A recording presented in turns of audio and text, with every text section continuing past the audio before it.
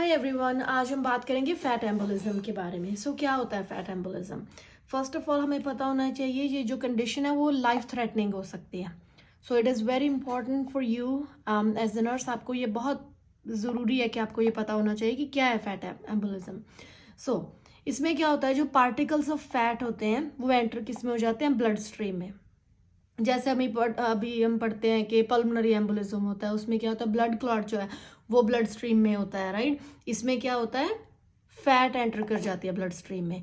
अगर blood clot होता है वो भी सर्कुलेशन इम्पेयर करता है। इसमें क्या है, जो फैट है वो ब्लड स्ट्रीम में एंटर करके ब्लॉकेज वहां पे कर देती है। जब ब्लॉकेज हो जाएगी तो उसके साथ क्या होगा, सर्कुलेशन इम्पेयर हो जाएगी, राइट। तो blockage of blood flow can affect brain, lungs and all different parts of the body. Okay, कभी भी ब्लॉकेज हो जाए ब्लड सप्लाई में, उसके साथ क्या होगा, ब्लड अगर किसी बॉडी पार्ट को नहीं मिलता है, ब्लड क्या लेके जाता है, ऑक्सीजन लेके जाता है, तो क्या हो जाएगा, ऑक्सीजन लेवल कम हो जाएगा बॉडी में, राइट। तो लेट्स सी, अभी आगे हम पढ़ेंगे कब होता है fat embolism. It is most common to happen with pelvic fracture. और जो बड़ी लॉन्ग बोन्स होती हैं उसका कोई भी फ्रैक्चर हो, उस केस में जो है ज्यादा रिस्क होता है फैट एम्बोलिज्म होने का। और भी रीजंस है, जैसे बर्न्स हो गए, नी और हिप रिप्लेसमेंट, एक्यूट पैनक्रेटाइटिस, इन सब की वजह से भी फैट एम्बोलिज्म हो सकता है। बट मोस्टली जो क्या है वो विद इन 48 आवर्स और 72 आवर्स, 48 से 72 आवर्स के बीच में होता है। अगर किसी को पेल्विक फ्रैक्चर हुआ है विद इन 48 टू 72 आवर्स जो है, देयर इज रिस्क उनके पास क्या हो सकता है, फैट एम्बोलिज्म डेवलप हो सकता है। ओके, तो हमें पहले ही पता है फैट वहां कहाँ पे चली जाती है, ब्लड स्ट्रीम में। ब्लड स्ट्रीम में उसके जाने के बाद क्या हो जाता है, ब्लॉकेज हो जाती है ब्लड सप्लाई की। ब्लड सप्लाई कम होने की वजह से क्या होता है, ऑक्सीजन लेवल कम हो जाएगा। तो उसका मतलब साइन एंड सिम्टम क्या हो गए, हाइपोक्सीमिया, मतलब कि ऑक्सीजन लेवल कम हो जाएगा, रेस्टलेसनेस हो जाएगी। कभी भी कोई भी सिस्टम आप पढ़ रहे हो वहां पर रेस्टलेसनेस सिम्टम आ रहा है, उसका मतलब क्या है कि ऑक्सीजन लेवल जो है कम है। क्योंकि जब भी ऑक्सीजन लेवल कम होगा बॉडी में, ये सिम्टम हो जाएगा रेस्टलेसनेस। डिज्निया हो जाएगा, सांस लेने में प्रॉब्लम आएगी, टैकीकार्डिया हो जाएगा, पल्स जो है वो बढ़ जाएगी, राइट। सबसे इंपॉर्टेंट ये आपने याद रखना है, petechial rash over chest and neck.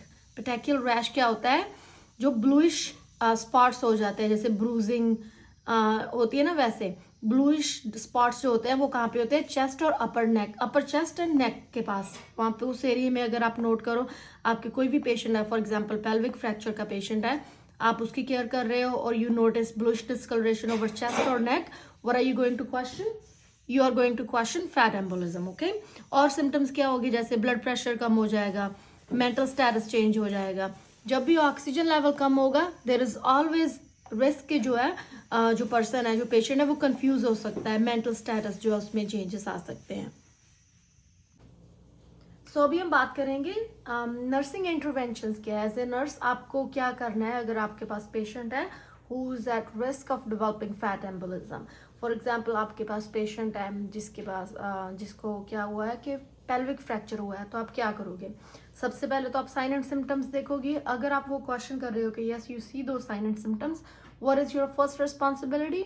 Notify the doctor right away because it can be a life-threatening condition. So notify the doctor, administer the oxygen because blockage होने से क्या हो जाएगा, ऑक्सीजन कम हो जाएगी, हाइपोक्सीमिया हो जाएगा।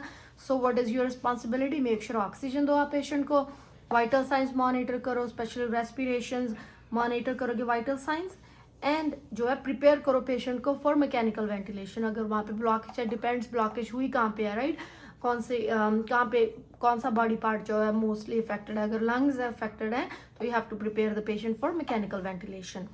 तो अगर हम बात करें कि उसको प्रिवेंशन कैसे कर सकते हैं हम, जैसे फॉर एग्जांपल आपके पास पेशेंट है विद पेल्विक फ्रैक्चर, कैसे आप प्रिवेंट करोगे फैट एम्बोलिज्म? इमोबिलाइजेशन, आप डिस्करेज करोगे पेशेंट को मूव करने के लिए, कि उनको बोलोगे कि बेड रेस्ट जो है वो दी जाए सर्जरी से पहले, जब तक ट्रीटमेंट ना हो जाए, वो सर्जिकल इंटरवेंशन जो है कंप्लीट ना हो जाए, तब तक क्या इनकरेज करोगे आप, इमोबिलाइजेशन। ओके, दिस वे आप क्या कर सकते हो, प्रिवेंट कर सकते हो fat embolism. So that's all for the fat embolism. If you have any questions please comment. Thank you.